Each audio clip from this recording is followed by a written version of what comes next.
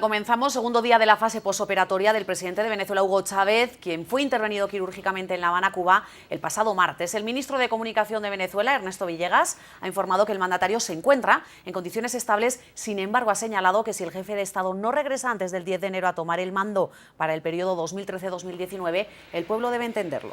Hoy en Venezuela, además, se cierran las campañas electorales con miras a las elecciones regionales que se celebrarán el próximo domingo. NTN 24 en el lugar de la noticia. En Caracas saludamos a nuestro corresponsal Carlos Eduardo Sánchez. Buenas tardes, Carlos. ¿Cómo asume Venezuela esta jornada electoral en la ausencia del presidente?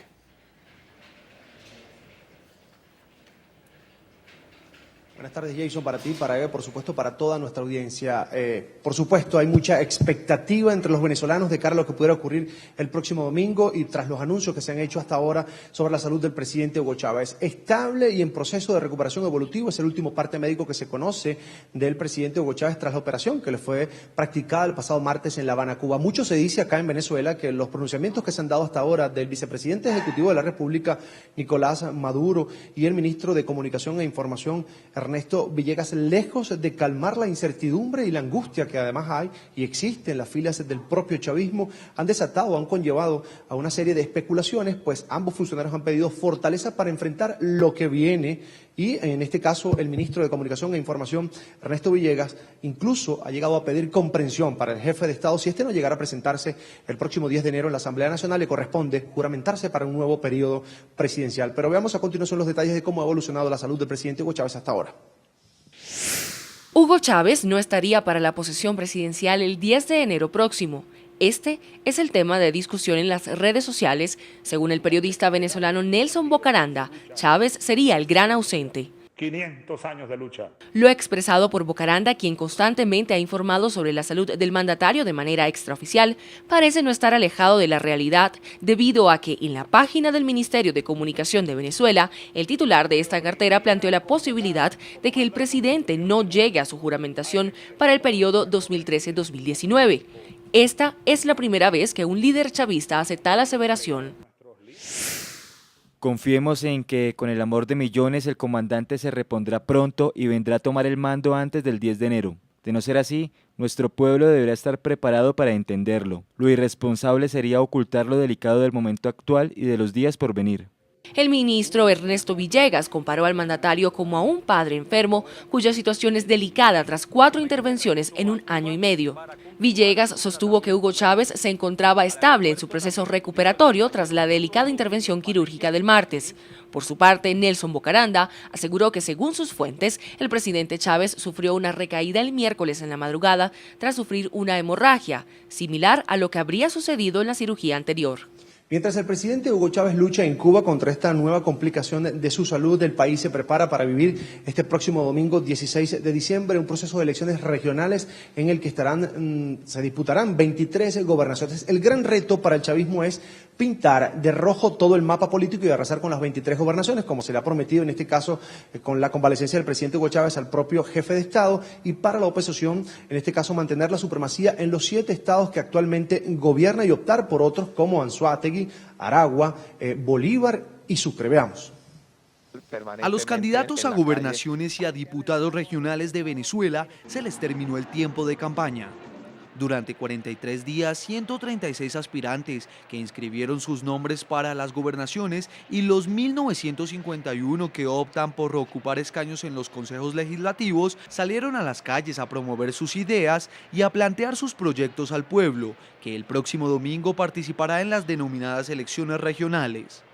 Una de las gobernaciones clave es la del estado Miranda. Allí el candidato a la reelección, Enrique Capriles, se medirá en las urnas con el ex vicepresidente de Venezuela, Elías Jagua. La presidenta del Consejo Nacional Electoral, Tibisay Lucena, aseguró que todo está listo para la jornada electoral. Una elección regional conlleva una complejidad técnica mucho mayor de lo que es una elección presidencial.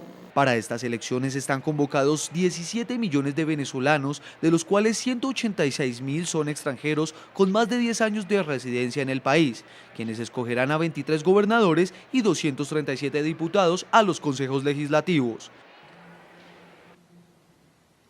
Y precisamente, amigos televidentes, para conocer qué impacto podría tener esta ausencia del presidente Hugo Chávez debido a su condición de salud, vamos a conversar de inmediato con el profesor universitario y analista político José Vicente Carrasquero.